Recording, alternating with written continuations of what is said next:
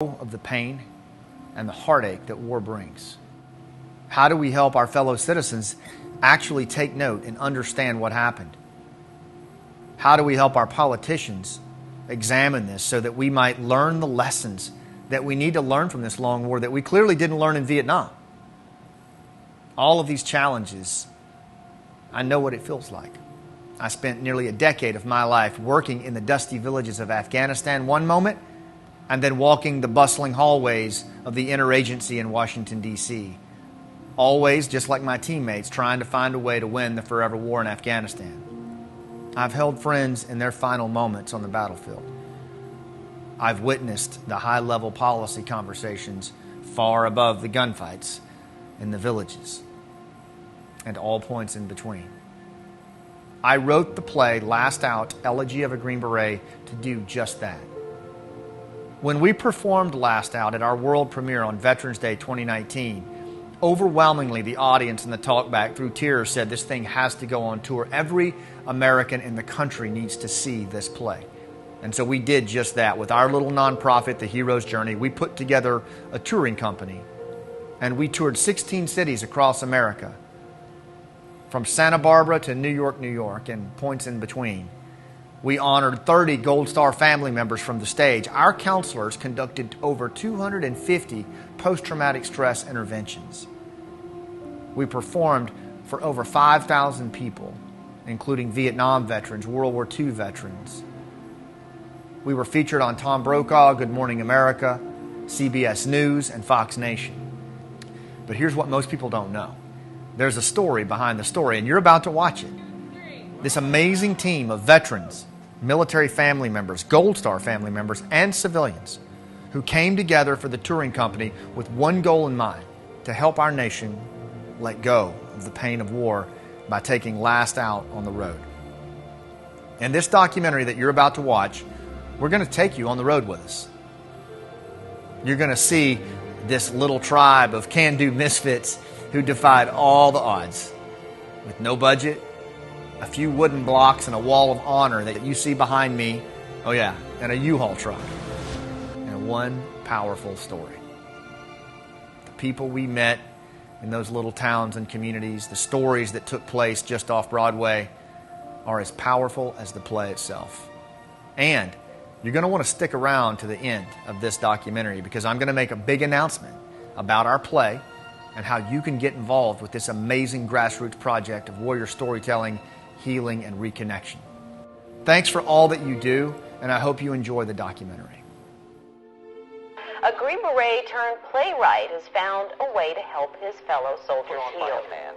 Lieutenant Colonel Scott Mann started the organization The Hero's Journey to help veterans find their voice. Wrote his play, Last Out, Elegy of a Green Beret. So I didn't expect Last Out to ever go beyond a one-time performance in Tampa. It was such a long shot. But it was enough that I was willing to bet everything on it. I didn't think this would be an emotional thing for me. I just thought it'd be another gig. I never thought Last Out would get this big. I thought it would be this nice little side job that I would travel, get to travel and do a show. I never thought Last Out would be so healing. I never thought that I would ever connect this deeply with people again.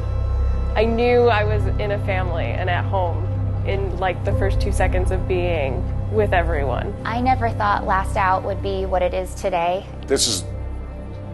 I had no idea what to expect, but this is not what I expected, and I'm just so happy and proud to be a part of it. I never thought that the show or the tour would have the staying power that it's had, and that it would make the impact that it has done and will continue to do. I never expected Last Out to be anything less than sensational. That's it. It was purely an attempt to find a way to tell a story that had never been told in a voice that had never been heard.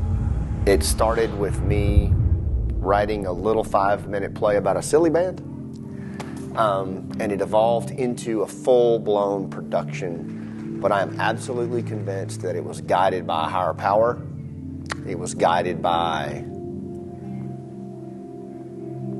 friends that aren't around anymore. And just a feeling that if I didn't tell it, I'd die. Driving down the road to another rehearsal. Sarasota. First year was going down and just learning a little bit of craft. I don't know anything about acting. Learning a little bit of craft of playwriting. I don't know anything about writing a play. Come back, work more at home. God, it's been maddening. But it's just been part of the journey, man. It's just been part of the process, trying to hammer something out that will serve that voice that's driving me, and I don't even know what it is half the time. I just feel like there's a story that needs to be told. There's a story that needs to be told about this war. There's a story that needs to be told about the cost of the war on our warriors and our spouses and our kids, on society. I don't know. 18 months ago, maybe. That's the longest it could have been ago. Scott was telling me about the scene class that he was taking and that he had written this scene, and I was interested, so I said, would you perform it for me? And he said, yeah. So he went all out. I mean, he got his military uniform on, and he gets set up like he's standing at the edge of the garage. That was his stage, looking out on the driveway. So of course, Cooper walks up and he says, can I join you? So he pulls up a chair, and which actually funny, I don't think Scott was entirely comfortable with that because he swore a lot in it, and I wasn't, but he's like, all right, I'll just do this. And then he just did it, and it was all about the Silly Band and the Wall of Honor, and it was fantastic. And I thought he was done. I mean, it's like great. I mean, that was so good, so cathartic for you to get that off your chest, and you can use this in stories, and I mean, you can use this from stage. That's awesome. I mean, I really thought that was it. He said, "Look, man, I'm writing a play." And, he looks at you, and I'm like, cool. He goes, now you don't understand. He goes, I'm writing a play. I'm like, all right. He goes, I want you to take a look at it. And I thought, okay, see what you got. And he sent me the very first really fully completed draft of the script. And as I read through it, I knew there was something very special happening already with it. There were certain connections that I found in that script as I read it that just blew me away. And he would call me and would go, okay, what do you think about, this scene or that scene? Should I change this up? And I'm like, dude, I'm not going to tell you. There's no way I can advise you on this. I said, other than to tell you this is going to be incredible. It definitely brought back some memories. I never really realized the kind of stuff that my mom went through. Because she really did bring everybody, like, that character is just like my mom, bringing everybody together. Definitely gave me a better understanding of kind of like what my mom went through with this too, because it's not only like my dad or the men that are going overseas and doing all this stuff, like it's the people that left at home too, like all the sacrifices they have to make too. Year after year, being mom and dad. An empty seat next to me at Katie's games and award ceremonies. Singing our boy to sleep. And that's what this play does, is that it really gives you a perspective of each person, and it's traumatic. And my mom and so many of them handle it so well. Nice and loud, New York City, downtown Manhattan, West 29th Street. Jesse Torgerson and Carl Burry, two great acting coaches, are going to be putting Brian Bachman and me through our paces to get ready for the Last Out world premiere on November 10th. And then he said he was going to act in it. And I was like, oh, okay. And then had no idea what to expect. I mean, Scott's not an actor. And he really, really just blew my socks off. And I couldn't believe what he had done.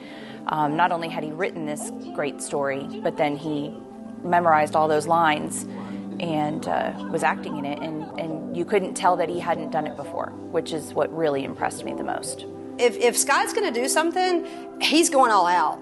He is not just going to halfway do anything. That's why I know that if he gets an idea of something that he wants to do, you literally have no idea, and you can't even speculate with where it's going to go, because he's going to put so much into it, and he's going to work so hard that it's going to be amazing. And I never seen anything like it. He's been leaving like every day to go to acting lessons, his like midlife crisis or something. But it turns out he's really good at what he does. So going to the first dress rehearsal with all the actors for the reading Friday night. So this is my first time to meet them, with the exception of Brian, and our first time to rehearse together. And what are you thinking? I'm thinking I hope I don't screw this up. Because it's been like 2 years, and it's Memorial Day, and, you know, all the guys I served with and guys in the audience, my family. I just want to do it right. You're going to do awesome, baby. And we did this simple staged reading where we just wore some cargo pants and stood there with music stands, and we read it, and we brought the house down just reading the words on the page because the story is so good. And after that, he said, well, good, because now you're going on tour with us. And I went, that sounds good with me. When I saw the reading, I thought, wow, this is pretty good. I didn't expect it, never saw that side of Scott before, and I was really impressed. And I teared up, and I thought, wow, this really could be something. All right, here we are, still in New York City on Sunday. Voice is completely shot. Brian and I did our first scene work together. You got to get over all those hang-ups that you have, and I mean, like, it runs so counter to everything I've learned as a Green Beret about, you know, just keeping it all here. And I'll tell you, it is wearing me down. My body, I'm feeling 50 right now. And especially because I'm not an actor. Well, I got to quit saying that, you know. I am. But I've never been down this road. And it's just, it is like drinking from a fire hose, and then they beat you with it. And I keep asking myself, why am I doing it? And I think it's just because this story's got to be told. When I first got the script, I saw my own life trajectory, and then I knew it was automatically going to be something special. But I really connected to the message and the story of Lynn immediately the first time. I just read just that piece before I even read the script. And then Scott called me up and he's like, hey, we're just going to do a reading of the script. Do you want to be part of it? I'm like, yeah, I'll do a reading. Why not? And then the reading went really well, and then we did the world premiere, and we thought, oh, that's it. And then here we are talking to Tom Brokaw, you know. I never should have left you, man. This is my fault. Some stories you simply have to live to tell, which is why Scott Mann wrote his play, Last Out, Elegy of a Green Beret, because he was a Green Beret for almost 20 years. The longer this war goes on, I think the less people are aware that it's actually happening. I knew it would go on one time, and I knew people would come and see it. I certainly never expected it would be on Tom Brokaw and CBS National News, and that the Green Beret Foundation would be coming alongside us, and all of these other things, and all the interventions that's happened. I think maybe deep in my core I knew that was possible, but it was such a long shot. It's hard to imagine that anyone could have. It took Hamilton 7 years to get to Broadway, you know, that anyone could have gone in 18 months and created this national tour that is being, you know, highlighted on national news and just healing people. And so we have a responsibility to get it right. And many of us are trusted with the stories that others aren't here to tell. Something about the way that the talkbacks go with Last Out, and the way that the whole team is tied in, and the Gold Star families are tied in, and the community is tied in, there's a personal engagement that our audience members have. They come on board the team, you know, they become a part of the family, and that's really special. That's something I've never encountered before. Well, my name is Olivia, and I hand out programs to everybody who comes in. I also tell them it is 90 minutes long, no intermission. Bathrooms are right around the corner. The thing about my job is I have to sit out in the crowd, and I get to hear what I don't think anybody else gets to hear. I get to hear all the people around me, how they're reacting to this, all the oohs and the ahs and the sniffles and the way it touches people. And that's what I like, the way it touches people. It warms my heart to see all that. one of my best friends, Kim, her husband had passed away. He was a Marine, and he passed away in April of 2018, which was just like 6 months before we did the premiere last November. And I invited her to come to the play. And I love that she came, and I was a little worried because I didn't know how it was going to be taken, and I was worried about her sitting back there. She brought her son with her, who was a freshman in college at the time. And at the end of the play, when we were doing the talkback, Ryan stood up and said his name. My name's Ryan. I heard his voice and I heard his name and I knew who it was, and I immediately just lost it. And I so badly wanted to be able to just go give him a big hug. And right about that time when I'm feeling that, Scott jumps off the stage and runs back there to go give Ryan a big hug. And I think it was at that moment that I realized that this play isn't just going to help the people and the families that are still in the military or veterans in the military, but it's also going to help the families that lost loved ones. It's going to be healing for them as well. You know, this play, Last Out, Elegy of a Green Beret, has a lot of powerful stories. Stories that are all based on truth. Some of them happened to me. Some of them happened to guys that I served with that didn't come home, to our families. But what I don't think I expected with this tour that really got me was the stories that came from the audience. The stories that came from the men, the women, the husbands, the fathers, the wives, the sisters, those that lived the war and that sat out there in the audience and participated in the show with us. One of the most powerful stories I've ever heard was when we were in Vermilion, South Dakota, and we were performing the play there, and a gentleman named Corey Breest and his wife Jenny came to the show, and they were sitting in the front row, right out there. And Corey was severely injured in Iraq. He hit an IED, and the blast took away his vision, and his other 3 teammates in the vehicle were killed. It rocked the little community of Vermilion to its core. But as Corey sat in that front row, and my character Danny was talking about a silly band. He was telling his wife Lynn about a silly band that his son Caden had given him just that morning at breakfast, called the Magic Silly Band, and how it was going to keep him safe. I could feel and hear Corey in the front row moving and shifting. After the show was over, Corey's dad brought him up in a wheelchair, and he said, "Hey, Scott, I just want you to know that that show was really powerful and that it really meant a lot to Corey." He said, "Look down at his wrist. You'll see a white ring around his wrist." I looked down and I saw it. He said, "That's where Corey's silly band was that his daughter gave him, and it was burned into his skin when he hit the IED." And it was in that moment that I really figured out the essence of what we're doing, what this is really all about. And the stories that we tell up on the stage are really the same stories that these warriors and their families have been living for years. And Corey and Jenny really taught me something that day about the power of story, about the power of love, about the power of healing. And I don't think I'll ever forget it. I don't think any of us will ever forget it when we stood up on that stage that day and honored them for their service and sacrifice and love of community and courage. I think it changed all of us. I know it changed me. And now when I talk about this silly band and the play, it'll come from a different place. And Corey and Jenny gave me that. To Corey and Jenny and your entire family, this is a poster from all of us, and we signed it. Can you see it? There we go. There. Thank you for your sacrifice and your courage. Your quiet leadership is an example for us all.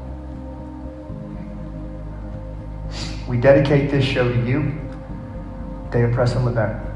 God bless you. Thank you for letting us be part of this. Thank you so much.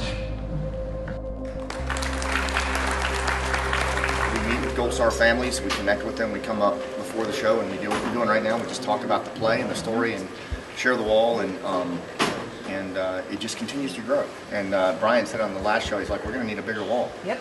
So after the show was over, that we strike, they take everything down, they delicately wrap it and put it up. Thank you. And they take it very seriously. If we touch their wall, they get very upset. Them and Lenny. We take great pride in making sure we get everything from location to location safe and secure. But a lot of those things are the last keepsakes that people have of their loved ones that are gone, and they are entrusting us to keep them safe. And I take that responsibility serious. Someone who's lost friends in combat and carry those momentums with them and know how much they truly mean to somebody, it's a great honor. I just want to get everybody together and remind us that tonight is not about the lights. It's not about the sound, right? It's not even about us. It's about the story, right? It's about these two guys right here, okay, and their families that are going to be sitting out in that room who, lost everything. Jason is who we're going to honor tonight, and Chris Robinson we're going to honor tomorrow. Jason's family will be here tonight. His mom, his dad. Guys, he went to this high school. Yeah. He went to this high school. He walked in these halls, right? And he went off and lived his dream of becoming a Marine, right? And now we get to honor him tonight and his family. There's nothing on this earth bigger than that. There's just not. So all I'm asking you tonight is just forget everything else, take care of each other, and take care of that family sitting out here. That's all we got to do, and everything else will work itself out. Cool? Last out on 3. 1, 2, 3.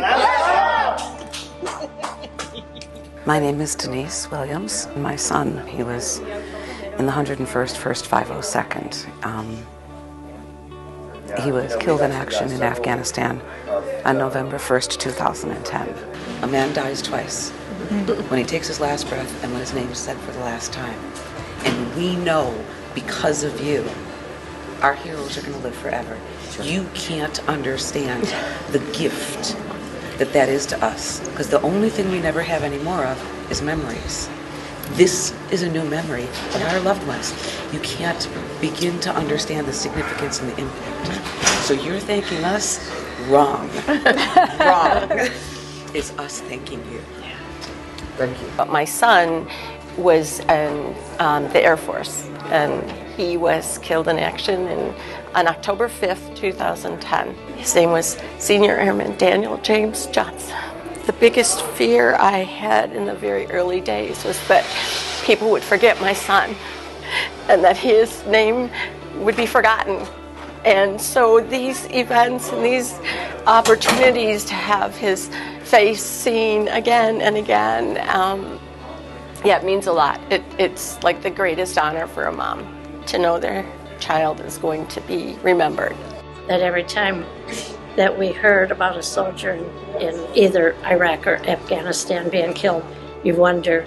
And I did hear on the news the morning at 5 o'clock in the morning that an American soldier had been killed. But I didn't think it was my son, because I had talked to him the day before. He had called me at work, and I had talked to him. So I thought, oh, it's not Jim. It can't be Jim. I just talked to him. And then that evening when I got home, my husband met me at the door to let me know it was Jim. And even all this time later, it still hurts to think about it. Some days we talk about him, some days we can't. We always tell people about Jim Oxner so that they'll know who he is. It's important that people know, because when you go through something like this, like I lost my son, people don't want to talk to you. They don't want to approach you. They don't want to say anything about your loss because they feel like it's going to break you down and hurt you. But we actually want to tell the story. We want to hear his name. It keeps him alive, keeps the memories going, and he doesn't die that way. It was really cool to see Jason on the honor wall. It means a lot to me for him to be honored on the Last Out honor wall and be part of the family. It makes me feel really good and very happy that they honored my son. So say their names. They live forever. And they do. And it seems like a simple thing, but it matters. Telling their stories matters. And everyone has a different story, but they're all the same. This woman came up to me and she said, you know, I don't cry. And I've cried at my son's funeral, but she's like, when you screamed, she's like, I lost it. She's like, because I've done that scream. She's like, for me, it didn't have any sound. She's like, but I remember opening my eyes and being in a public space and seeing how everyone was looking at me with these, you know, dazed looks and surprised looks and trying to figure out why they were looking at me like that. Because these women who carry these huge emotional loads of responsibility and love, they don't get to let that out because they're driving the car, right? That pain, that release, that struggle, that terror and fear and hurt, we've all felt it. And to me, it's the most important part of Lynn's journey, for sure. But when she shared that with me, I'm like, girl, I got you. And I will be your voice. And she said, yes, you will. And over the last year, our team has grown, and we've grown together as individuals, and Last Out has impacted not just each of us on a personal level, but it's impacted us as a team. And now a year later, I don't think there's anything that our team can't do. I didn't realize that there were things that I was still carrying with me that were portrayed in the show, or similar to things that were portrayed in the show.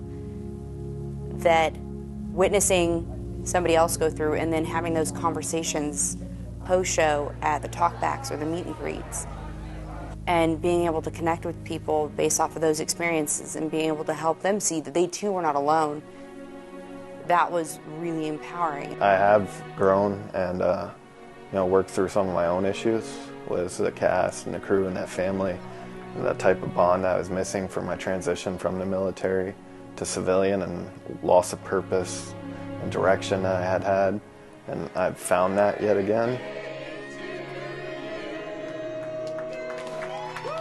Working with this show and with the high level of people that are in the cast and crew has really pushed me to be better as, you know, not only a husband and father, but just a better person in general, and to try harder and do more, and go out and start getting help again. I finally started going back through the ART stuff with Doc Diego, which I've been avoiding since the beginning of the show. And I couldn't be happier actually being out on the road supporting this play and helping other people that, you know, might be in the dark places that I've been to. And maybe it helps them to realize it doesn't make you weak or a coward to go get help. It was exactly what I needed when I didn't know I needed anything. There are things that I didn't know I needed, but I can't imagine my life without this team, the people on this team, and the drive and the passion that they have for our mission. We are making strides in bringing so much light to what's going on and what's happening within the family dynamic and the cost of war and what's going on with mental health. Our sound man, Big Bob, is kind of like, you know, he's kind of a joker, so. during the cadence scene, the baby. Somehow my face got plastered on as the baby. Well, we took a picture of Bob and printed out, cut out his head, his face. We put it in the baby. So when Scott looks, he's got to look at the baby, and it just, you know, he fell apart. So that stuff's going on now.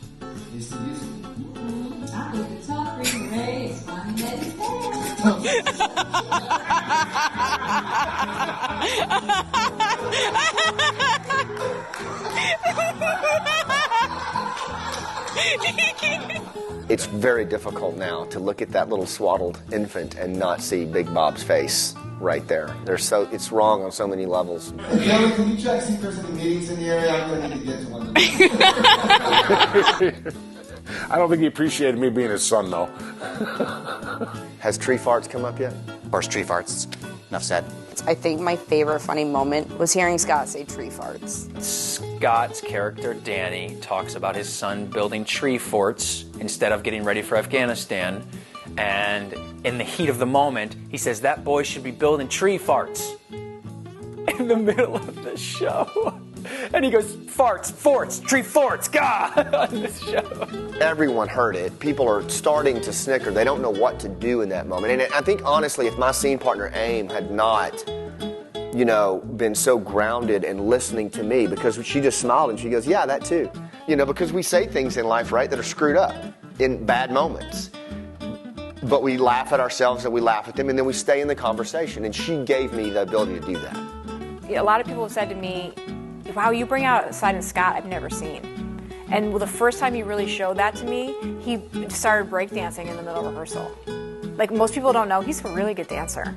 I can actually do the dolphin, which is the worm backwards. Really? Can you still do that? Now that you're almost 51? I could say that I could probably do it. I don't believe you. The dolphin is normally done in multiple iterations. I could say I would do one, and then we would need to call 911. One time I was backstage going to get outside, and then there was music playing, and Scott was dancing like,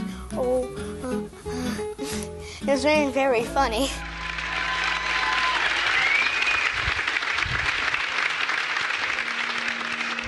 I recently went to a TED Talk that Scott gave. Sweat running off the tip of my nose. Scott, you can do this.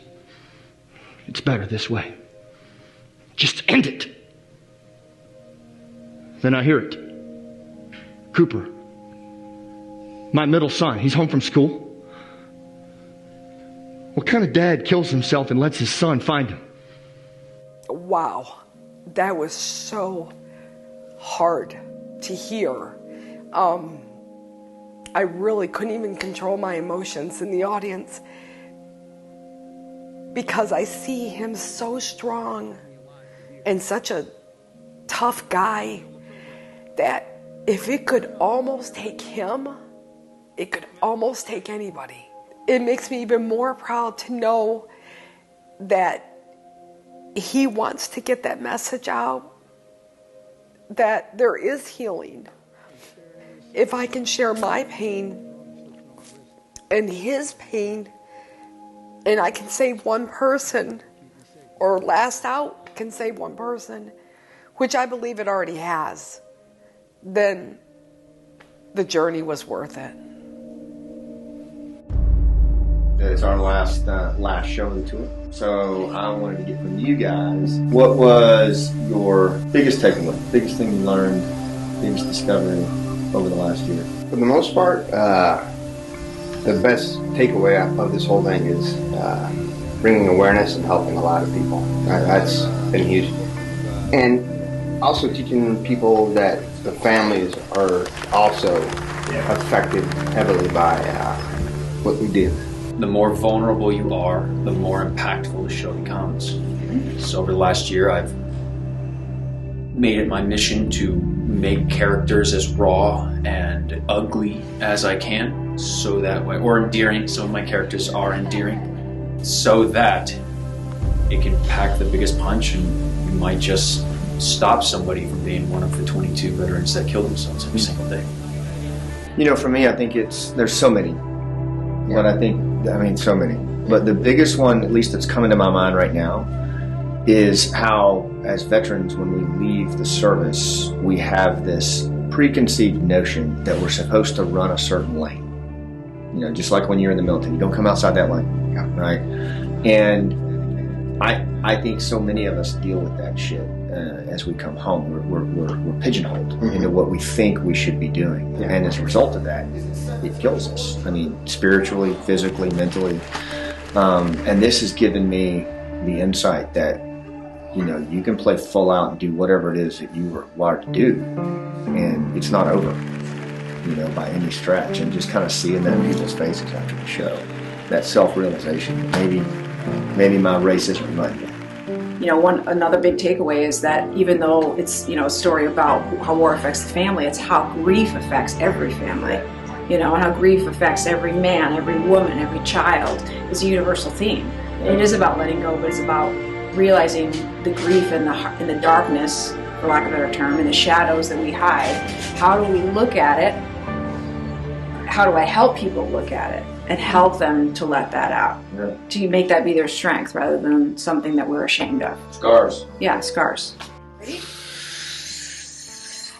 1, 2, 3, 4, 5. 1, 2, 3, 4, 5. 1, 2, 3, 4, 5. 1, 2, 3, 4, 5. 1, 2, 3, 4. 1, 2, 1, 2, 1, 2, 1, 2, 1. Woo!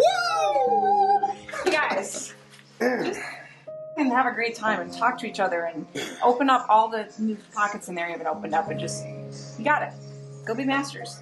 Do it. Breathe. Last round of the universe. Yeah. Enjoy it. Yeah. I think the biggest thing that I've learned about this is to find that one thing that scares the life out of you. That one thing that's so much bigger than you that it makes your knees shake and it makes you want to cover up at night and put the covers over your head. To find that one thing and do it before you die.